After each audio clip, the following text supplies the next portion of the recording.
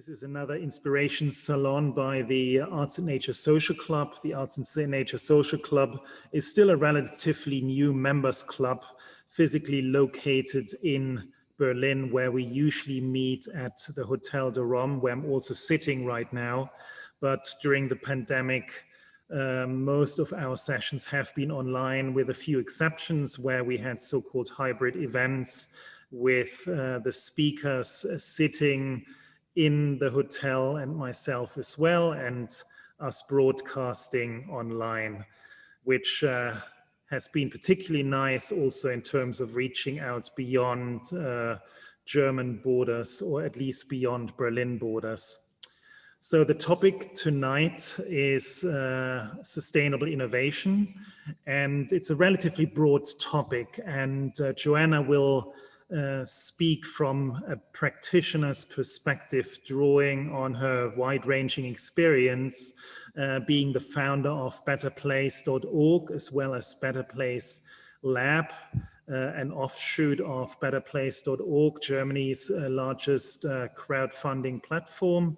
And Joana is also the founder of Dach, a co-working space in Berlin, and also of BUM, or Boom, also based in Berlin, which some of you may have heard of, because originally the space was destined to be one of the I think 7 Google campuses here in Berlin, but there were quite a few protests in Berlin, and then eventually Joana and her team took over managing the space, and maybe she can say a few more words on projects that are ongoing in that space as well. So besides being a serial social entrepreneur, Joana is an anthropologist and has traveled the world experiencing insights from various cultures, which I'm sure have contributed largely to her social entrepreneurship experience as well. So we look forward to her kind of drawing on that experience as well, because I would say it's maybe not the typical background of a social entrepreneur, and but at the same time lends itself to a very wide-ranging experience. So the floor is yours, Joana, and I very much look forward to listening to your thoughts. Thank you very much, Jörg. Yeah, hi, welcome from me as well. Because this is the Arts and Nature Club, I have assembled a few slides with arts and nature, mainly arts and nature motives. So I'm going to share my screen with you and then take it from there. So let me just see, go on here. Okay. Yeah, so what I will do, I will in the beginning speak a bit about who I am, what I am doing, and then go to a meta level and describe how I see the world in its current state, and what kind of innovations I feel we need for this world, because we talk a lot about innovation, but many people understand a very fancy new toothbrush as a really amazing innovation. And I think most of the innovations we actually create and which are marketed, I would say we don't need those kind of innovations. So I want to take you a bit on a trip to what kind of innovations I feel we need at this moment in time. And then I'm really curious to discuss with you your thoughts and your own experiences in this area. So this is, Jörg already introduced me a bit, and I'm not going to say that much more about myself, but maybe that the starting point for my life as a social entrepreneur really was a trip around the world with my family, my 2 kids at that time aged 10 and 12. We saw many social projects which we really liked, and where we felt, wow, more people would need to have access to these kinds of social initiatives, mostly grassroots initiatives around the world. And that was the idea behind Betterplace. And even though, Jörg, you introduced me as the founder, I'm always particular about that. I want to be called a co-founder, because most of the things which I've done and which I have done well, are the result of collaboration. I'm also going to speak about, for me, the magic of collaboration and why I think it's so important for meaningful innovations nowadays. So I co-founded then this platform, the Better Place Lab. The next, maybe what I'm going to do, I'm going to show you the main activities of the Better Place family right now. So this is, as Jörg mentioned, the crowdfunding platform for social projects, betterplace.org, then a think tank, the Better Place Lab, where we research digital innovations for the common good. Then this Boom, Better Place Umspannwerk, which is one of our latest companies, which Jörg also mentioned, which used to belong to Google and which then Google handed over to us as a result of a strong resistance from the local Berlin neighborhood against the takeover by a tech giant. And so now we are hosting a co-working and event space there. And on the far right, on the lower right, you see the Better Place Academy, which is a learning platform basically for digital knowledge for social enterprises. And we are currently, that's the latest thing which we have founded just a few weeks ago, we are moving into the space of fintech, and we are creating a new platform more geared towards impact investing, which is a very exciting endeavor. And I'm not going to speak about that because it's for the team which is starting that right now to come out with. I don't even know what I'm allowed to say about this or what I'm not allowed to say. But it's so in a way, you know, this it's a very dynamic field where lots of new things and new companies also emerge out from. And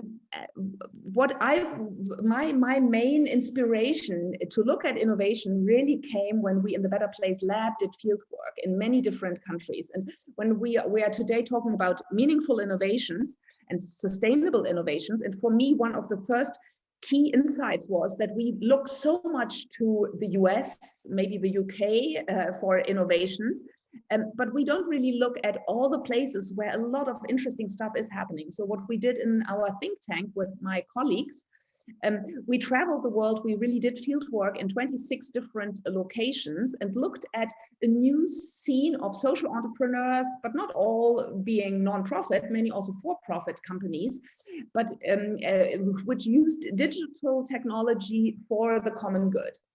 I loved those innovation scenes. I spent a month doing this kind of innovation in China. I spent a month living on a houseboat in Cairo, which was also really cool, looking at the local innovation scene.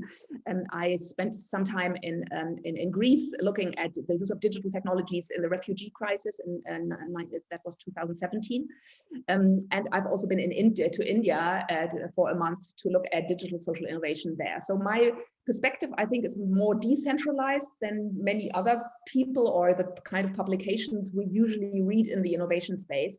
And for me, that is important because we so often see that sustainable, meaningful innovations really are grassroots initiatives which come from a local problem and which are not geared only to make a lot of money, but which are the initial impulse very often is to solve a real meaningful problem. And when we were traveling in that way, and when I was looking at the kind of changes digitalization brings to the world, there were a number of digital dynamics I was really interested in. And for me, they are in a way the basis of a new innovation culture. And I want to mention just 4 of those digital dynamics, which right now are really changing our world. You will be familiar with many of those, but for me, it was an important step not to look at digital innovations from a technological or a purely technological point of view, but to look at the underlying, sometimes more subtle dynamics, how digitization is changing our world. And from that, to think about what kind of innovations do we need in order to be adequate to our global digital age. And I want to take you through 4 of these very briefly. And the first dynamic, which I'm really interested in, is decentralization. And of course, the world is becoming so more complex. And that's a big challenge for innovations, because very often we see that innovations are reducing complexity. But I feel that we have to open ourselves up to complexity in order to create meaningful projects and meaningful companies. We need also, because with this decentralization comes because so many people and objects are communicating with one another, we need to have a much more systemic awareness.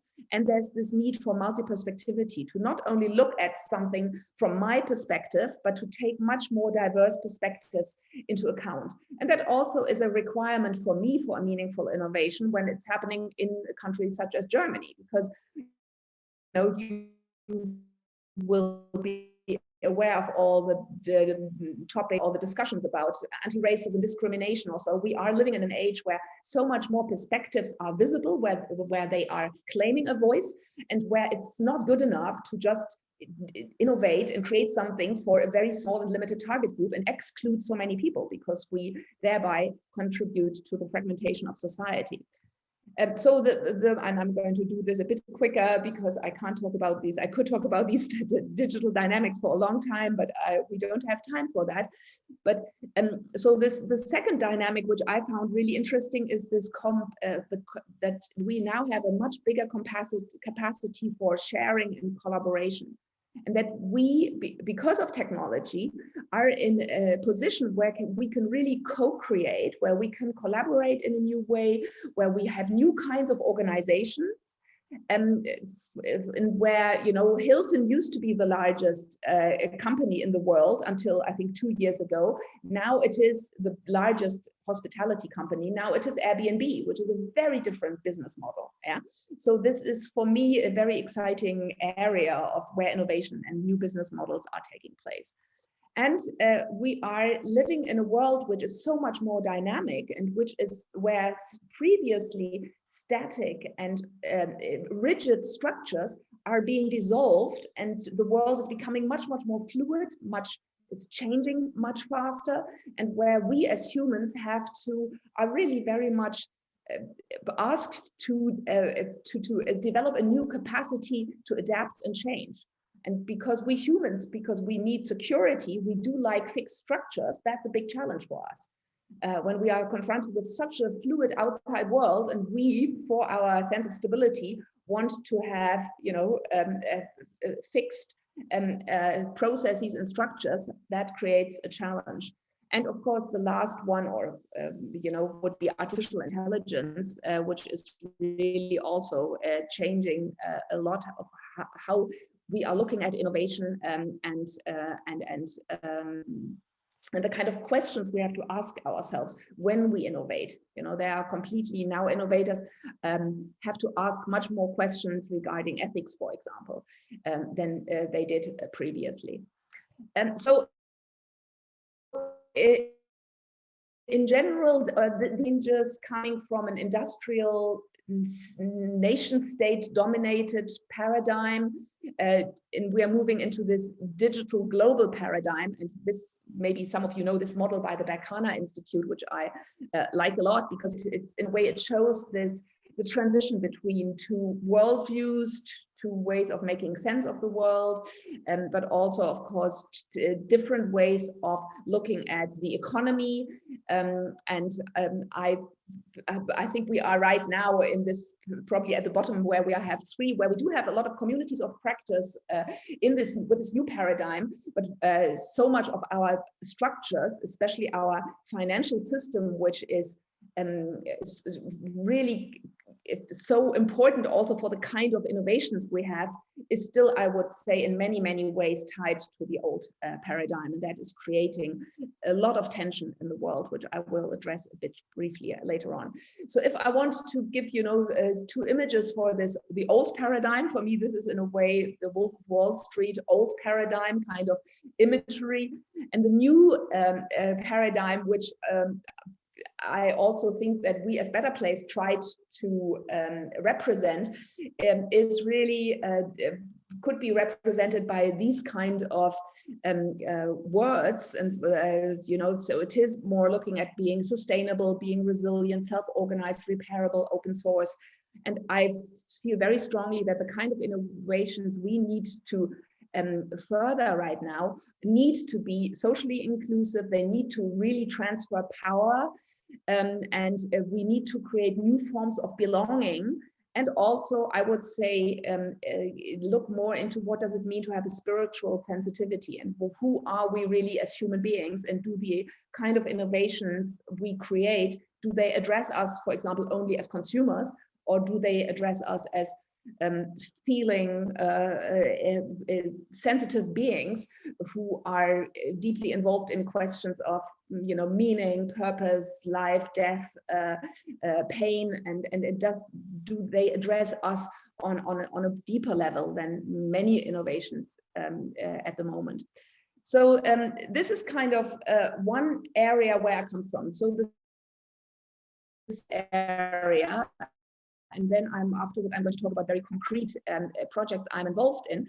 The second, for me, really important, or a really important learning for me was a team transformation at the Better Place Lab, where we in 2014 started to move away from a hierarchical model to complete self-management. And I'm not going to speak a lot about this, but for me, the learning of the last 6 years since 2014 has been very, very influential about how I look at innovation today. Because what we learned is that if we want to change the paradigm of how we lead and collaborate in a company, we can't only change structures and processes. We learned that in order to develop a way of working and an organizational structure which is more adequate and more responsive to this fluid, decentralized, collaborative digital age, we need not only to change the way how we create our companies and structurally, and how we develop new processes, how we develop new business models, but we need to look at very much this human factor. And this graph, which I will show you now, has been really influential of how we at Better Place, and also me as a person, how we are thinking about innovation. Because we are so geared towards looking at innovation as something which is happening on the right side, on the external side of the world. We look at business models, we look at new technologies, and we might also look at the kind of competencies people need in order to deal with and manage and create these new structures and processes. But we very, very rarely look at what does it actually mean to me, for me as a human being? You know, who am I as a human being, and do my attitudes, my needs, my interests, and who I am as a human being, and who we are collectively in our culture, and with the values which we pursue, how do they relate to the new structures which we are creating? And for me, this was really interesting, because at Better Place, I learned that when we create new organizational structures, we need also to innovate ourselves as human beings. We can't stay the same. And I think very often the problem with innovations right now is that we create something fancy on the outside, but very often either we don't take the downside and see that they also undergo a transformation, and so we get unsustainable innovation, which we see in many, many cases, because we see that innovations fail. And also new organizational models, what we in Germany call new work models, which are more agile and more self-organized, they also very often fail, because we assume that we don't need to grow as human beings and deal with more insecurity, deal with more responsibility, which we have if we are reducing structures on the outside world. So for me, the big thing was really to discover, wow, if we are looking at outer innovation, we really have to look at us humans, and how do we need to transform ourselves in order to be capable to actually create the kind of new stuff which we want to see in the world. And I'm only, because of time, I realize now I have too many slides. I'm just going to show you them because there's some nice artworks involved. So what we worked on in Better Place, in order to be able to be more innovative, we worked on individual competencies. Who are we as human beings? Do we really know who we are? Do we have a good self-contact, and are we able to self-reflect? We worked on our relational competencies. Do we know how to communicate clearly and transparently, and also to stay when it gets difficult, to work through conflicts together? And we also developed new field competencies, where we learned how can we actually see more of the larger whole? What does it mean actually to navigate in complexity and in uncertainty? And we are currently thinking of the importance, for example, of intuition as a really important competence in order to navigate non-linear complex systems. So this now sounds pretty galactic and big, and I just want to bring it down to three very concrete projects which I'm involved in right now, which in a way take what I've said so far as their basis and try to instrumentalize it and functionalize it and bring it down to individual companies, individual teams which are working on innovations. And the first one is, Jörg mentioned that briefly, it's a new co-working space and company on kind of incubator. At least that was our first thought, but we felt, I'd say why we felt with that. And it's called Dach Berlin. And there our idea was to really to work with teams, with startups, which were interested in a more holistic approach to innovation, which didn't only follow the logic of the VC funding to create a multi-billion-dollar company and try to make as much money as possible, but which started to, or which looked at the world in a way which was more, how can we create innovations which are socially inclusive, which are technologically advanced, but which also take care of a lot of the externalities which are usually just forgotten in the very, very rigid for-profit VC startup model. So what we did, we started with a small bunch of companies and really looked at what do they need in order to develop more holistic business models. And and that was where my anthropology background also kicked in. So we worked with teams and did more field work with them. Before they came up with the one idea of how to solve a specific problem, we had them emerge very deeply in different social scenes, speak to many more people to get this kind of multi-perspectivity, which I've been talking about, and to try to understand, not only cognitively, but also feelingly, because they were exposed to different social environments, what the problems of these people really are. And not only to do that in a more superficial design thinking workshop, but to really more live with the people on the ground, so to speak. And that that was an interesting experience. And we did create some interesting pilots, but in the end, we couldn't fund it because the kind of funding which we needed for that work was so very different from the funding which is available right now. And maybe we can talk about this a bit longer, more in detail later. But in a way, it was one of those things where I think we failed to put our thinking model into practice because of the mismatch between the current funding model in the startup sector and the kind of requirements we felt we wanted teams to work through. What we did instead, we created a kind of a think tank around this topic of meaningful innovation and published quite a bit under this pseudonym of Kix Ackermann, and I can send you a link later on maybe. And so where we dive more intellectually into what do we need in order to create meaningful innovations. And the second very concrete project I want to talk about in my remaining 2 minutes, I think, Jörg, is that is what the kind of work we are trying to do at BOOM, at this Better Place Umspannwerk in Berlin-Kreuzberg. And as I said, this is a very big, quite a big space, 4,000 square meters.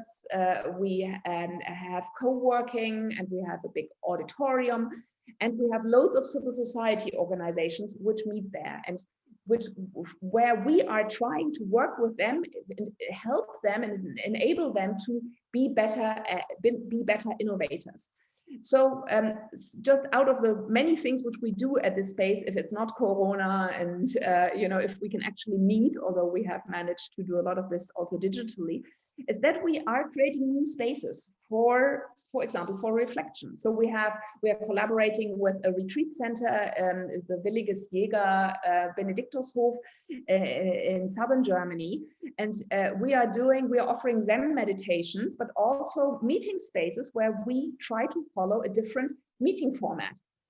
which is more mindful, which also takes more into account not only what I have to say cognitively, intellectually, but also to focus on what do I actually experience, you know, what is my felt sense of the world and also of innovation, and where we are exploring, you know, how can we have different kinds of meetings which are more co-creative, where more people collaborate on an eye level, and where we are reflective of the many power imbalances we usually have in teams, and to really create a different culture around collaboration. And we try to do that with very physical spaces where our normal behavior is disrupted and where we are asked to appear in a new way and also to show up much more as full human beings than we usually show up in a professional context, where we are very much influenced to only show our sunny sides and you know, not appear with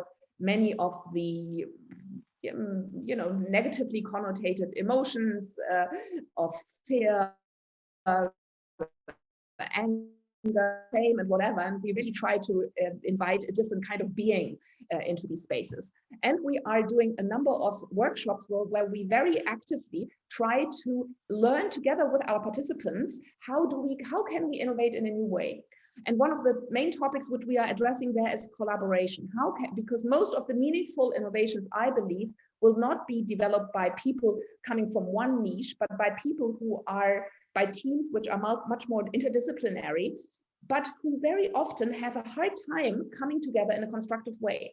And so we have designed quite a large program of, in total, 10 workshops. I only show you half of them here, where we guide people who are interested in social innovation through a whole inner work experience, teaching them or exploring with them how they can be better in touch with themselves, how they can again be much more in a good relation with others, and also how they can meta reflect and use, for example, intuition as a creative skill.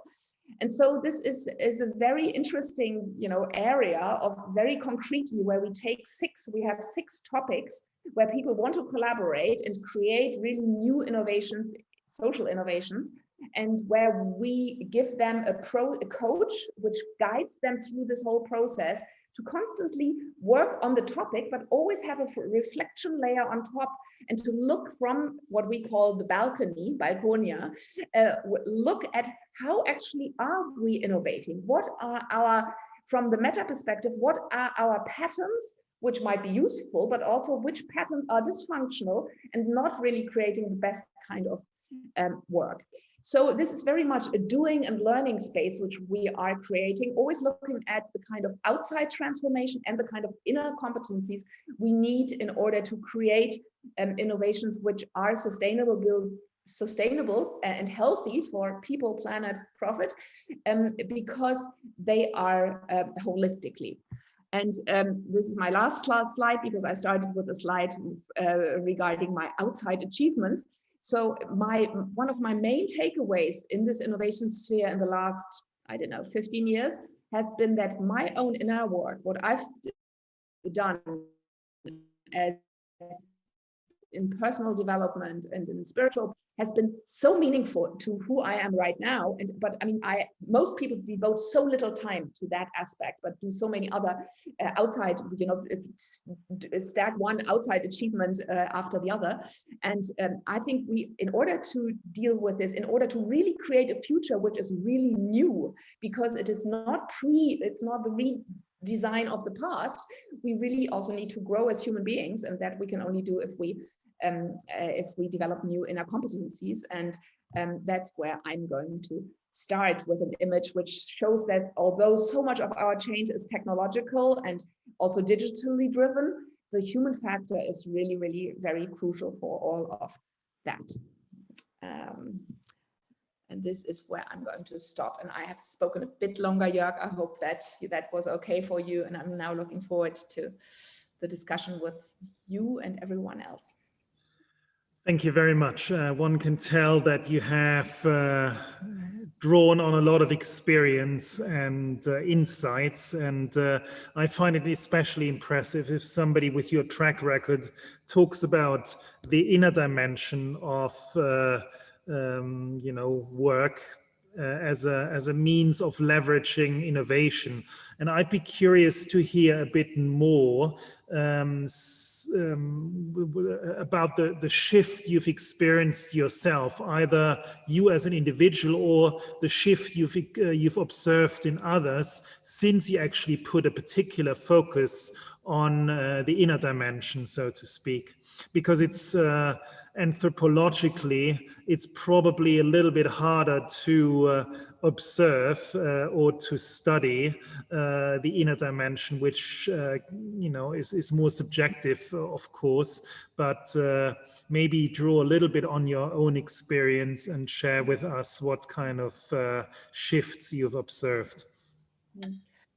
Yeah, I mean, it's funny. I just finished a book manuscript on that topic, and I am, even though I started a crowdfunding today about the book, and I am not giving it out, but I'm going to share it. I have, a bit of self-marketing in the chat right later on.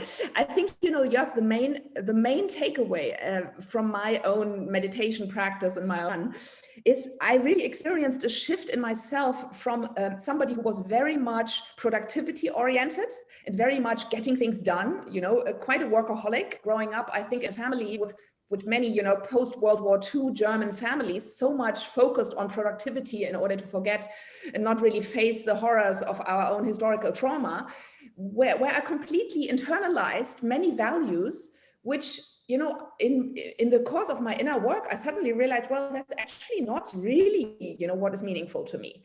And for me, that was a very fundamental shift, I think, to be from somebody who was very work-oriented, Leistungsgesellschafts, completely Leistungsgesellschafts-oriented, to somebody where I discovered that a lot of my work was actually compensation for pain and fear, which I suppressed, which I didn't want to feel. So it's not, this inner work stuff is not comfortable. I mean, there are some spectacular, cool things about it. Otherwise, I don't think I would have kept going. But was a lot of shadows I had to confront, which I had been very successfully, because of my work as a social entrepreneur, always focusing on potential and always, trying to change the world, which I had really not addressed before. And so for me, things which 5 years ago, wouldn't have been meaningful for me. And I experienced this when we went with Better Place Lab through this transition from a hierarchy to a self-managed company. The idea that the development of potential is really, really a really important thing, that to appear as a whole human being is very meaningful. The idea that I am of service to something larger than myself. All of these ideas might have made or have made sense cognitively, intellectually to me. But through this inner work, I experienced them as a felt need. I feel now that it's a much more embodied experience, which I have, and where I also had a lot of conflicts in my company, because many of my co-founders also at Better Place are very much steeped into this productivity value system. And when I talk about inner work and, and all of this thing, they think, oh God, Joana is this esoteric. What is she talking about? It's voodoo. And so that also creates tensions in the company, because there are two value systems in a way which come together. And even though I want to embrace multi-perspectivity, I sometimes do have a hard time to be really nice and friendly to the value system I, in a way, came out of. And when people only look at numbers, I think, well, this is actually not, the most important thing. Maybe we should not place efficiency on the top of our value ladder. Maybe there are other things which are more important than to do things efficiently. And so there's a lot of movement, I can say, which has happened also in my company because of that change, and not all is easy to resolve. If I was ill-intended, I could maybe provoke you by saying, well, it's nice if you focus on the inner dimension, but what about the results, and it's maybe nice for a social enterprise to focus on that dimension, but as you said yourself, do we have the luxury of productivity-focused companies to focus on the inner dimension as well? Well, I think being here in the Arts and Nature Social Club, I think, we all agree that, just exit-driven entrepreneurship is not really what we need. And I am very, very convinced that, I have a daughter who is doing a legal tech startup, and she's right now in the fundraising round of Series A. And I can see the kind of systemic pressure of our main funding system for innovations, what that does to human beings, because this very, very narrow focus on productivity makes a selection of only a specific type of human being who really can take a lot of pressure, and has a pretty focused and single-minded orientation to profit, is the kind of person who goes through this filter without harm, I would say. I think it's a really, really dysfunctional system. And I think the kind of boy groups we see, in our innovation scenes, where we certainly don't get the kind of innovations where people have a felt sense of inclusion, that I want to include more human beings in my products. That I don't only want to address the 10% who can afford this, but that I also care for the people who are falling through the grids, or the planet, who is taking all the shit. So I really do think that these people who go through a practice where they feel more and are not only cognitively and intellectually stimulated, are going to be much more responsible entrepreneurs. And so in a way, I think that we need to take this path if we want to survive. No, I of course agree with your opinion. Maybe not of course, but I do agree. And I just wonder sometimes from the larger scheme of things. Clearly, especially since Fridays for Future, there has been a shift from the more competition-focused mindset towards more of a collaborative-focused mindset. But I also see some of the dangers, so to speak, in terms of greenwashing. And that's something I'm clearly observing as well. And any thoughts on how that could be avoided? Well, this is also a very big topic. I do think that many companies right now experience a huge pressure to innovate, to stay competitive. And that's why they are shifting to self-management or to more agile ways to work. So in a way, there is a lot of movement into this direction I'm describing. And many companies, and I talk to many also big German companies who feel that this kind of organizational transformation which they are embarking on doesn't work because they don't really take it serious, and they don't take this inner work part serious. So I feel that there is a huge opportunity also for large companies to change, and so many of the young talent which they also want to recruit is asking for more purpose, is asking more for freedom to develop and to express themselves. So there are actually many forces right now which are moving into this area to make life and work more holistic. I also think that a lot of these trends of mindfulness in companies are maybe, I don't know, inner washing, because companies are using these technologies in order to further their own old mindset, in order to really strengthen the old paradigm, I would say, and to have more emsige Arbeitsbienen, what's that? To have just more people who are more, even working even more because they can meditate in between. So I think there's a lot, right now we see a lot of things, not matching. And it's really, I find it fascinating because there's so much movement, and you see companies which do have a more, I would say, a holistic approach towards working and innovating, whereas others, I feel, are really abusing that. But and they might stay, successful with that for another decade or so. But I think in the long run, I hope, and this is of course me being optimistic, it's not going to work.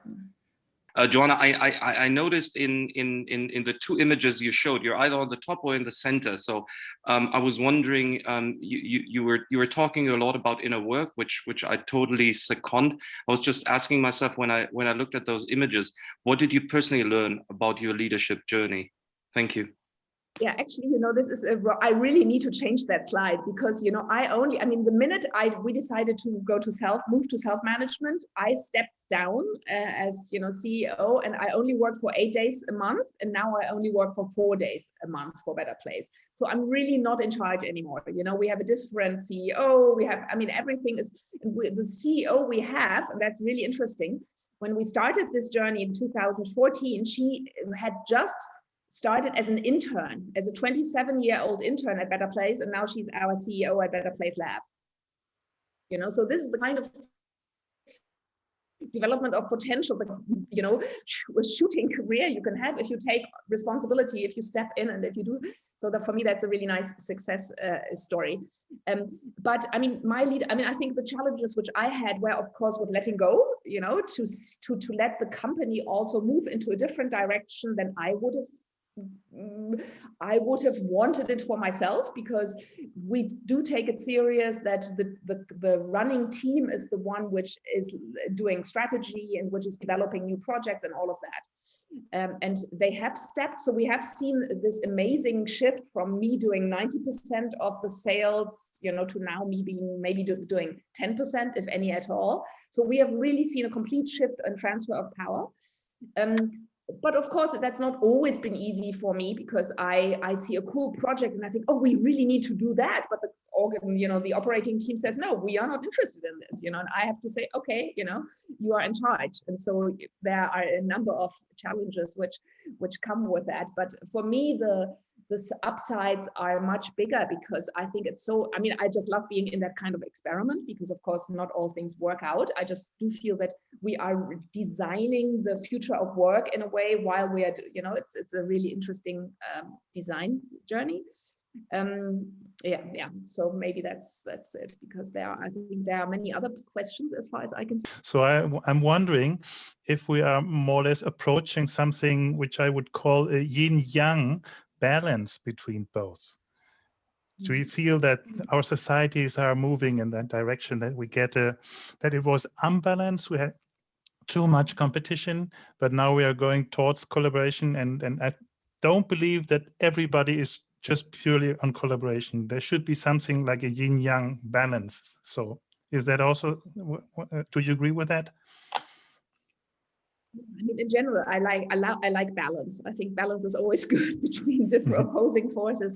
I think why I stress collaboration so much is because I do feel that the kind of questions we need to address right now in the world are much better solved with different people collaborating. Yeah. Because I do feel we need to get different actors on board. We need people from, and I don't want to use the word collaboration again. We need to have people from civil society, from the public sector, and from the for-profit sector coming together to solve many of the challenges we have, because one sector alone is just not going to do it. And so their competition often is not the right kind of mode, but it is more my ideal of this co-creative moment is that actors right now, what you see is many actors come together and they work together in a very transactional mode. At Better Place, for example, we make a collaboration with, let's say, I don't know, what did we, with Vodafone, we give them our logo so that they appear, more human friendly. They give us money and marketing reach, and that's a very transactional working together. The kind of stuff I think we need is that we come together and we focus on a higher aim, which we want to address together, and we do leave our particular needs a bit by the side for this first creative phase, where we really focus on what is our highest potential. If we, with all of our resources, are coming together, what can we do to address that problem, for example?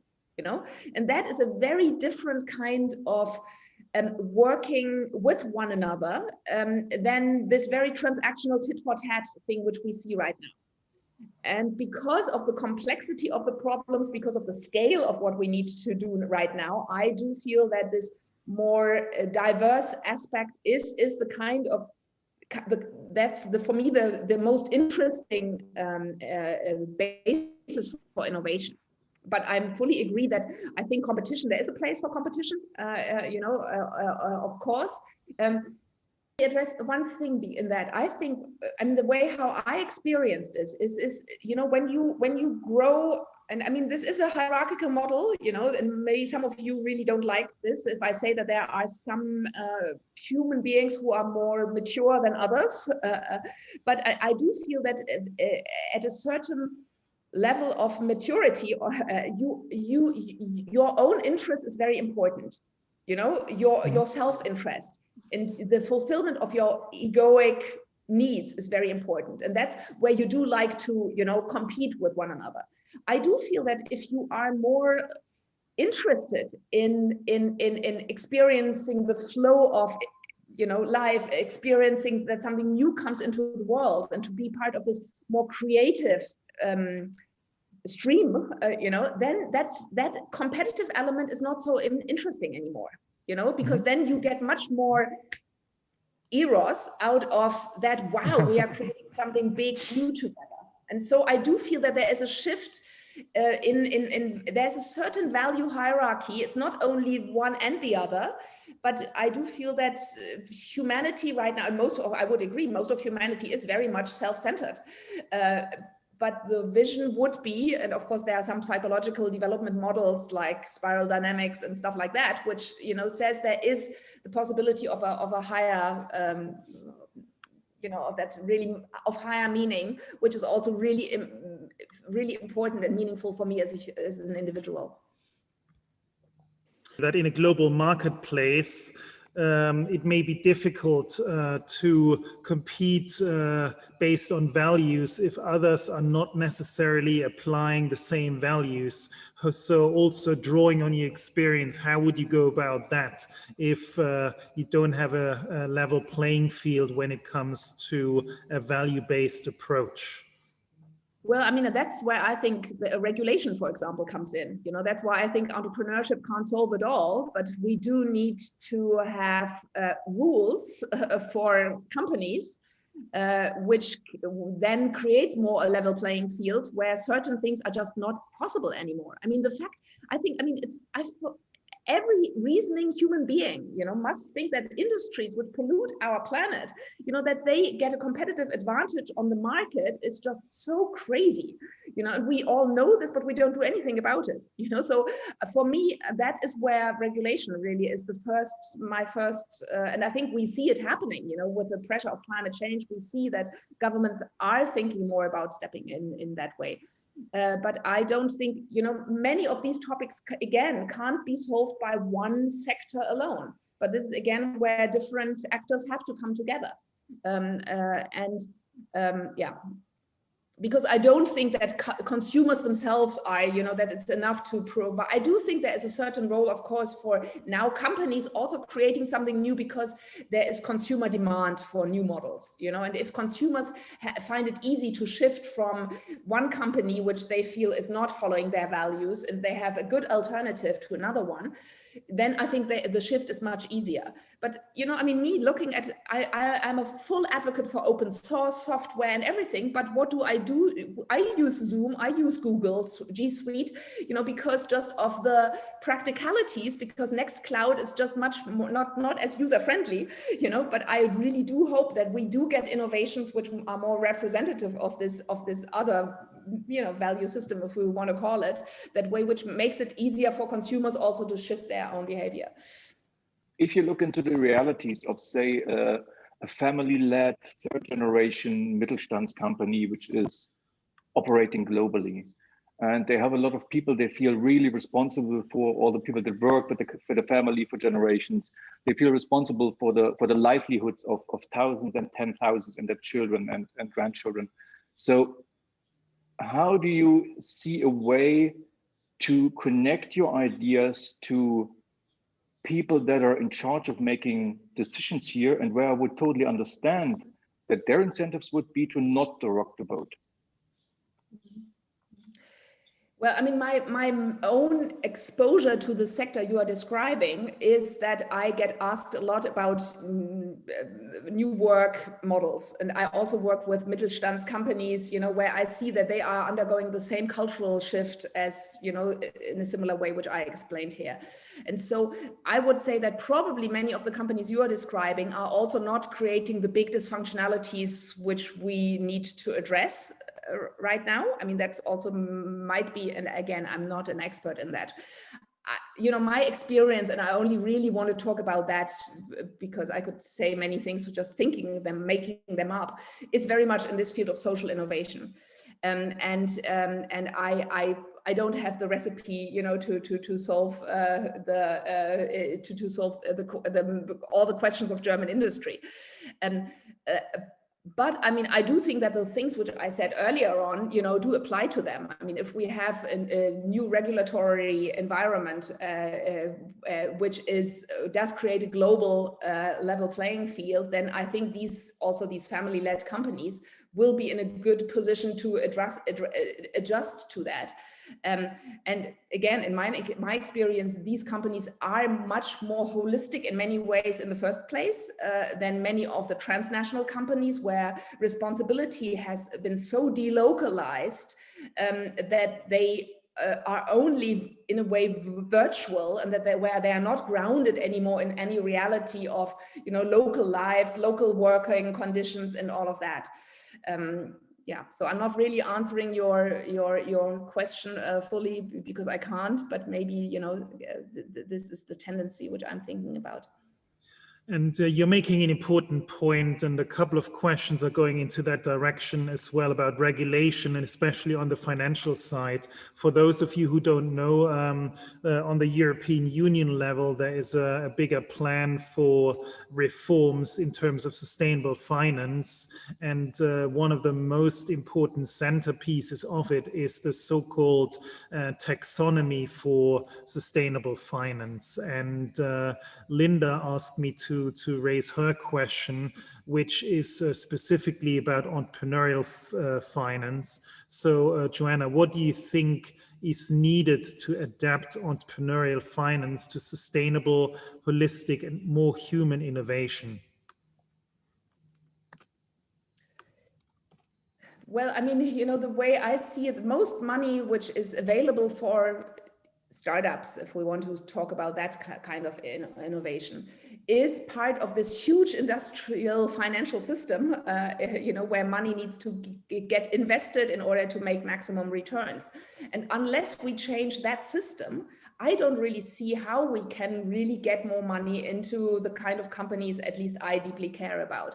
Because I've had the experience, I've had a few companies in the sustainability area, carbon loop technology, which does biochar, for example, and I have managed to get money for those companies, little money. I mean, I managed to get like maybe €500,000 for a company, which is a technology company, where I would have needed, much more money. We tried to make it work. It didn't work. So we then ended up giving this company to the investor, which we had.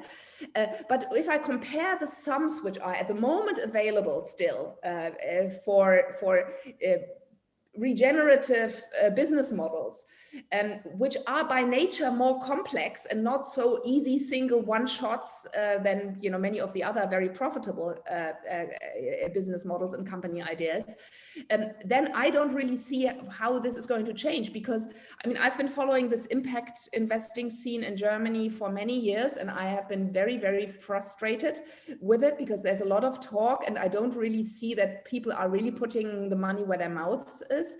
I feel that this is changing now, also due to the cultural influence, Jörg, you mentioned with Fridays for Future, and the also this, of course, this new legal what do you say, legal well, the framework, the taxonomy here, the judgment. Yeah, and so that is moving into the right direction. That's why we are a better place now, creating this new company, which is for social impact investing. But at the moment, I see many, many little things which are going into the right direction, like the Purpose Foundation with Verantwortungseigentum and, you know, Tomorrow Bank, not fundraising on the VC market, but trying to do crowdfunding and all of that. So, but these are really minute if you compare them to the sums which are circulating in the normal innovation sphere. And I mean, we are not talking about social innovation right now. No, I mean, we are only talking about maybe more holistic, more ecologically sound business models. I mean, in the area of social innovation, I think we are really only just starting to really redesign our welfare state and how we want to live together. I mean, it's really interesting that their money is also, of course, lacking. You know, we don't know who is going to fund these kinds of the new infrastructure we need to combat loneliness, for example. Also, you know, there's so many big tasks. So my question relates around the financial system in the sense of how do we have currently we have a GDP-based system, and what are some of the lessons maybe from Bhutan? You also spoke about going worldwide, you know, having a different model based on gross domestic happiness, and how some of those innovations can also flow into a new money system, also possibly with the crypto space now becoming more decentralized, and what are some of those innovations that you feel are necessary? I would love to have some of your impact on that. Yeah, I do think, you know, the measurement thing is an important piece of the whole topic, you know, because you do what gets measured. And so I think if we this completely are also in many ways so completely crazy GDP, you know, measurement, I do feel that there are a lot of alternative measurements around. And I was even in the Bundeskanzleramt, you know, with Angela Merkel 5 years ago talking about alternatives to GDP. So it's not as if this is not, the discourse is already also in the political sphere, but it really seems in our system, and that's where I get really frustrated, because I do feel many people know what we need to do, but it seems to be so difficult to get this through the bureaucracy and to really do this kind of change.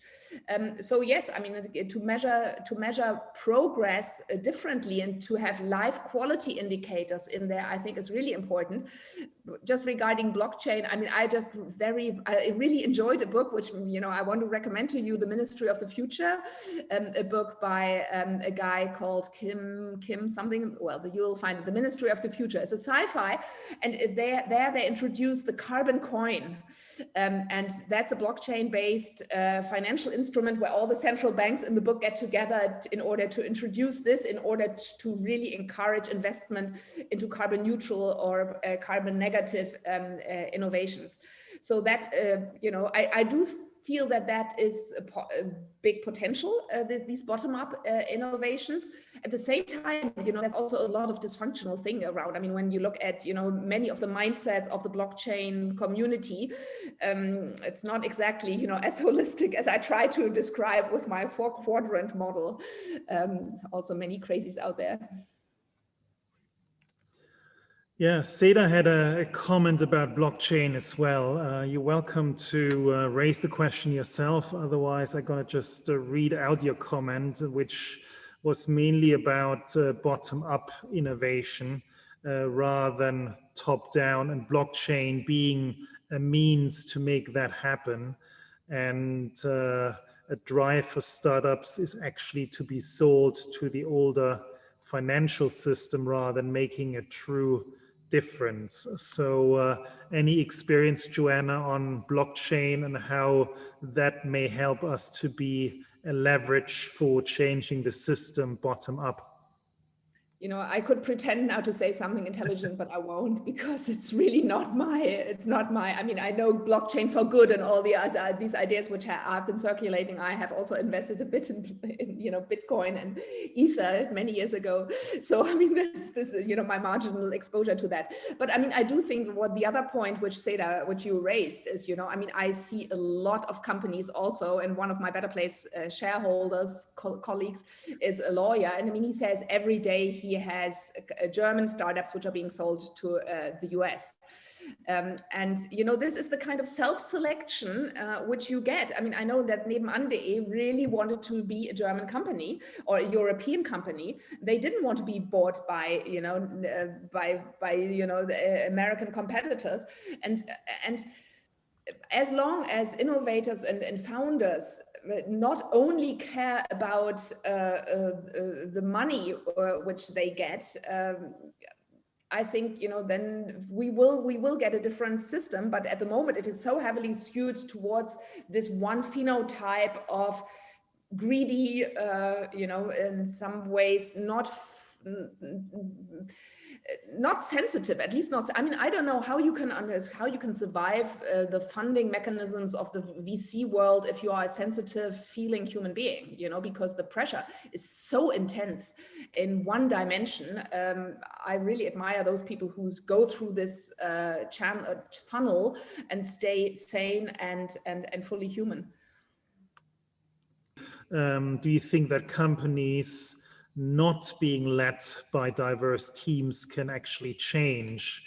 And then Monica points out that she's convinced that is one of the biggest obstacles. And what has been your experience in terms of diversity and change? I mean, I fully believe, and in my experience also, you know, outcomes are much better if you have a diverse team, because you do combine different perspectives. And at Boom, for example, at our Better Place Umspannwerk, we have a collaboration with a German NGO called Karuna, which is looking after, but working with disadvantaged youth, many of whom had drug experiences and used to be homeless or even are homeless.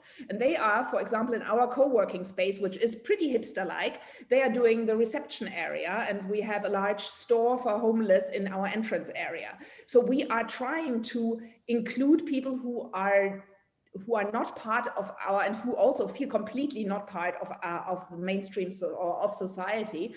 And it is really interesting, but it is also very, very difficult. It certainly is not efficient. Yeah. And if you are looking for quick gains, and if you are looking to make things smooth, diversity, first of all, I mean, it really just needs to be managed so consciously, and it needs to be also, it is difficult, you know, it really is to communicate across social classes, across cultural boundaries, to make yourself understood. It's an investment which I think it's worth it if you do that in the beginning, but it's an investment. And if you don't make that investment, it's bound to backfire, and you are just not going to, you know, you are going to have an antagonistic team, or, you know, oh, you know, you can't work together with these kind of people. So you really need to invest resources into making diversity work. And that was also our experiences at Better Place with self-management. We found out that a homogeneous team is pretty easy, that can work quite well in a self-organized way. But the moment you have really diverse interests, perspectives on board, it is much, much more difficult to create this, you know, the common goals, the fluid, intuitive understanding of how we do things here. And so we've had many experiences, because we consciously wanted to have a diverse team, and we found out that we really need to invest a lot of time and other resources in to make it work. And no funder in our sphere is going to give us that money for that.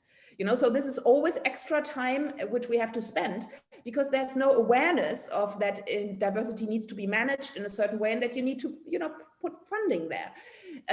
So this is what I mean with that we really need to look at the basics of, you know, innovation, because people who are funding this, they will need to also be made aware of, you know, what it needs for people, entrepreneurs, to really come up with more inclusive, diverse solutions. That it also will take longer, probably take more, you know, that will need more so-called patient capital than other kinds of innovations where every team member is white, male, and 27. So this goes back to your earlier point about systemic changes that are really needed, and that's probably multi-dimensional. We need new organizational models, we need a change in consciousness, and I guess we also need different kind of regulatory systems that incentivize the so-called right thing to take place. But it may be a long way to go there. So, Joanna, would you like to make a couple of final points? So I feel right now, I mean, it's a bit of difficult for me to sum it all up because we have started so many different little fires in this space. But I am really, really intrigued by, again, by what a community of people like you, obviously, coming together with lots of knowledge and diverse perspectives. I mean, what can happen if these people come together and actually do things together? And what are the kind of, I mean, that would be a question to all of you, what are the kind of conditions you would need in order to really create value together? And do you feel that, I mean, I feel often quite lonely in what I do, because there is, so to create a community where people can exchange in such a way, and also to look at it, that's maybe my final thought. I mean, I do feel we are in a really interesting spot right now with Corona, coming in some kind of, maybe coming to an end in a certain way. And we all need to reflect and decide where we want to go back to, where we want to do something new in our lives, in our companies. And I am right now in a number of circles where we've all very activist oriented, where we have given us a bit of a space where we are just a bit quiet also sometimes, and also say maybe it's good to just stay a bit quiet and observe, and not, again, as every entrepreneur, just to jump into the next product and this is what we need to do, jump into action, but to observe the space and what is really right now, what kind of innovations can we create also in this post, or I'm always unwilling to say post-COVID world, because it's one crisis after the other. So in a world where, let's say, the climate crisis is the most urgent crisis, and what is the space for silence in that, and what is the space also for non-action and staying with the tension of not knowing? I think that's an interesting place, at least for me, to explore. And I right now have a discussion group of activists where we are only looking at how can we stay with not knowing, and what are our strategies, and can we maybe change them, our habitual default reaction to jump into action straight away, and maybe to try to give ourselves also the space for more sense making and for more feeling of what we want to bring into the world right now. So maybe loneliness is a driver for change as well. If all these loners can at least find each other and hopefully drive change together and reach critical mass, as many other smaller social groups have done before. So thanks very much, Joanna. Very great insights into your world and the topic of sustainable innovation. Maybe just a few final words on the Arts and Nature Social Club. As I said during the introduction, it's a members club based in Berlin physically, building up a chapter in Baden-Baden as well, and trying to create other chapters with the help of some engaged members. So for more information, please check out our website that you all may have seen already during the registration process. And really, it is our intention to bring together the notions of science and art, and especially use also artistic interventions to open up people's hearts and minds, and especially to connect the two dimensions.